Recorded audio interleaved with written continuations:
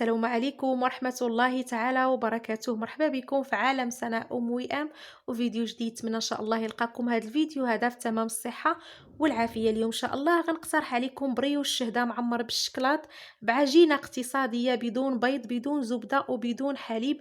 كيجي خفيف ورطب كي القطن، بصراحة كيجي هائل، عجينة سحرية. تبعوا معايا لا فيديو حتى الاخر باش تشوفوا معايا الطريقة والمكونات. هانتوما كي كتشوفوا كيفاش كيجي بصراحة هائل، خفيف ورطب كي القطن. خليكم مع الفيديو لاول مره كيشوف القناه ديالي، ما تنساوش تشتركوا في القناه وتبارطاجيو الفيديو مع اهلكم واصدقائكم. بداو على بركه الله. اللهم صل وسلم وبارك على سيدنا محمد وعلى اله وصحبه اجمعين. بالنسبه للمكونات والطريقه اللي غندير معكم في نفس الوقت، غادي ناخذ هنا 200 مليلتر ديال الماء اللي يكون دافئ، ما يكونش سخون، غير دافئ. غادي نزيد معاه معلقه صغيره ديال الخميره حبيبات، نص معلقه صغيره ديال الخميره ديال الحلوى او بيكين باودر، 4 المعالق ديال السكر سنيده، والسكر دائما كيبقى على حساب الذوق. غادي نحاول نخلط المكونات مع بعضياتهم حتى ينسجموا.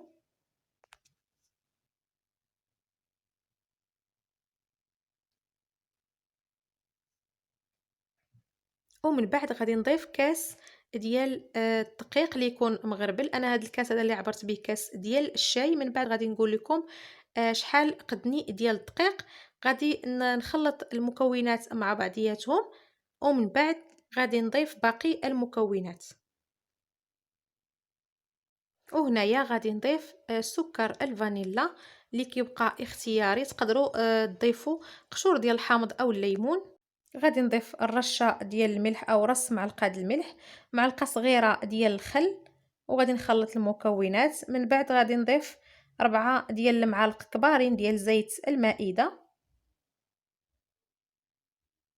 غادي نخلط المكونات مزيان، ومن بعد غادي نبقى نضيف الدقيق بالتدريج. وهنا غادي نضيف كأس ثاني ديال الدقيق، وانا كنخلط بالفوي. ومن بعد غادي نستعمل يدي باش نجمع العجين. عجينه اللي كتكون خفيفه بزاف كيف غتشوفوا معايا. انا هنا غادي نضيف 2 كيسان اخرين ديال الدقيق. هذا الكاس الثالث غادي نخدم هنا يدي ونحاول نجمع العجين. غادي نحاول نجمع العجينه ديالي بغير بالاصابع هكا، يعني ما كتاخذش منا مجهود. وهذا الكاس الرابع اللي كنضيف مهم هنا قدني 400 غرام ديال الدقيق. العجينه كتكون خفيفه كيف شفتوا معايا، وهذا هو السر باش كيجينا البريوش ديالنا خفيف ورطب كالقطن. صافي هذا هو القوام ديال العجين ديالنا. كنحاولوا نضربوها هكا بيدينا بحال الطريقه اللي كنخدموا السفنج. هنا كيف شفتوا القوام ديال العجينه ديالنا كتكون خفيفه تقريبا بحال العجينه ديال السفنج. صافي انا هنا غادي ندهنها بشويه ديال الزيت ونخلي حتى يتضاعف الحجم ديالها.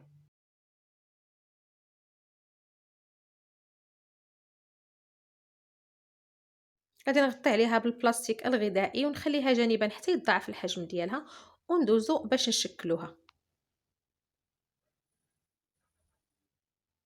هنا كي كتشوفوا من بعد ما تضاعف الحجم ديال العجينه ديالنا غادي نحاول نحيد منها الهواء ونشكلوها كريات الحجم اللي بغيتو.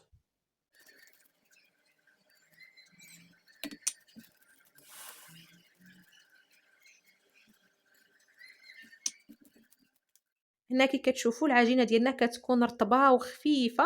انا كندهن شويه يدي بالزيت وكنشكلوا العجينه ديالنا.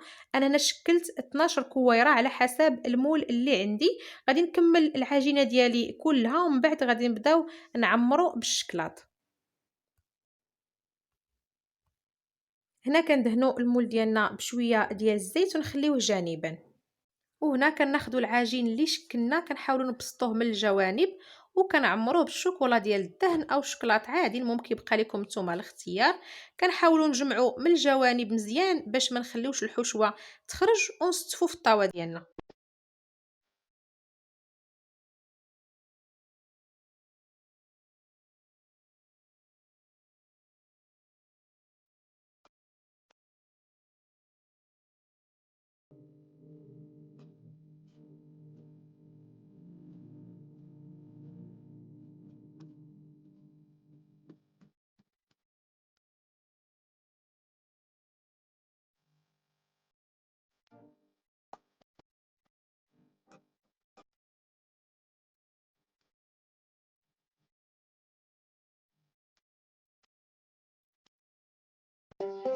ومن بعد ما كنكملوا الكريات ديالنا كاملين كنعمروهم بالشكلاط. كنقادو في البريوش ديالنا وكنقرصوه ولا كنبسطوه من الفوق غير شي شويه باش ما كيجيناش منفوخ بزاف. وكنخليوه جانبا حتى كيتضاعف الحجم ديالو، ما كياخدش معنا بزاف ديال الوقت في المره الثانيه. ومن بعد كندهنوه بواحد الخلطه اللي كتعطيه واحد اللمعان كيف غتشوفوا معايا.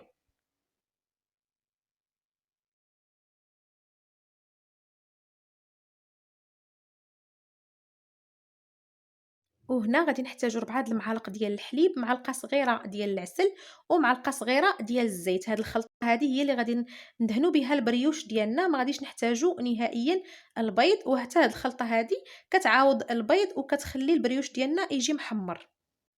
وهنا من بعد ما تضاعف الحجم ديال البريوش ديالنا كندهنوه مزيان بالخلطه اللي حضرنا من الوجه ديالو بهذا الشكل هذا. من بعد كندخلوه الفران اللي مسخن من قبل على 180 170 درجه. كنطيبوه من التحت حتى كيطيب مزيان على خاطرو، ومن بعد كنحمروه من الفوق.